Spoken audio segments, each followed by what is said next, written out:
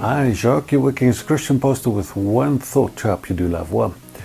Have you ever faced a difficult situation or had something really bad happen to you and you wish initially that it never happened, only to years later discover how that setback or difficult situation opened up some unforeseen opportunities that impacted your life much later for the better?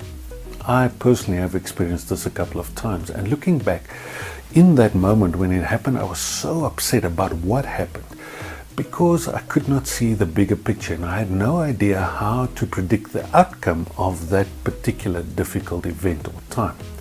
The big battle for me during those times was my own feeling of powerlessness, the inability to change my circumstances despite my best efforts. Paul faced similar powerlessness. See, he was arrested and sent to Rome for a hearing, but while he was in Rome, he was placed under house arrest, and as a result, he could see people, but he was limited. He obviously didn't want to be under house arrest, but he was unable to avoid it. And as a result of him being in Rome, he actually, however, discovered that being under house arrest gave him a captive audience, if you like. As he went through his house arrest, he shared his story with the whole God, and as a result, everybody that he came in contact with knew that he ended up being there in chains because of Jesus.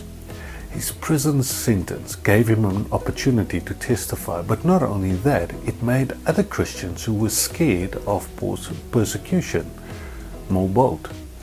Something very good came out of a difficult situation, and that brings me to the thought that I want to share with you today. There is no way that you and I can predict the outcome of our decisions, the decisions we make today.